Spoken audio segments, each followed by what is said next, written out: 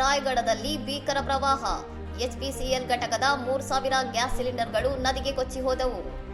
ಮಹಾರಾಷ್ಟ್ರದ ರಾಯಗಢದಲ್ಲಿ ಸುರಿಯುತ್ತಿರುವ ಭಾರೀ ಮಳೆಯಿಂದಾಗಿ ಎಚ್ಪಿಸಿಎಲ್ ಪಾತಾಳಗಂಗಾ ಎಲ್ಪಿಜಿ ಬಾಟ್ಲಿಂಗ್ ಪ್ಲಾಂಟ್ನ ರಕ್ಷಣಾ ಗೋಡೆ ಕುಸಿದಿದ್ದು, ಸುಮಾರು 3000 ಗ್ಯಾಸ್ ಸಿಲಿಂಡರ್ಗಳು ಪಾತಾಳಗಂಗಾ ನದಿಯಲ್ಲಿ ಕೊಚ್ಚಿ ಹೋಗಿವೆ.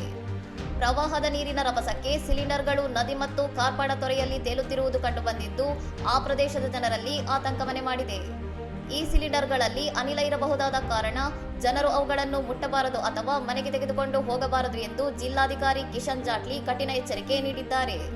ತೇಲುತ್ತಿರುವ ಸಿಲಿಂಡರ್ಗಳು ಕಂಡುಬಂದಲ್ಲಿ ಕೂಡಲೇ ಹತ್ತಿರದ ಎಚ್ಪಿಸಿಎಲ್ ಡೀಲರ್, ತಹಶೀಲ್ದಾರ್ ಕಚೇರಿ ಅಥವಾ ಎಸ್ಡಿಒ ಕಚೇರಿ ಮಾಹಿತಿ ನೀಡುವಂತೆ ಆಡಳಿತ ವರ್ಗ ಮನವಿ ಮಾಡಿದೆ.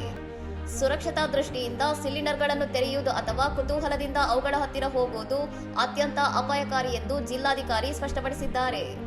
ರಾಯಗಢ ಜಿಲ್ಲೆಯಲ್ಲಿ ಕಳೆದ 1 ವಾರದಿಂದ ಸುರಿಯುತ್ತಿರುವ ನಿರಂತರ ಮಳೆಯಿಂದಾಗಿ ಜನಜೀವನ ಅಸ್ತವ್ಯಸ್ತಗೊಂಡಿದ್ದು, ಪ್ರವಾಹ ಪರಿಸ್ಥಿತಿ ಉಲ್ಬಣಿಸಿದೆ. ಇನ್ನಷ್ಟು ಸುದ್ದಿಗಳಿಗಾಗಿ ನೋಡ್ತಾ ಇರಿ ಸೌರಂ ಟಿವಿ.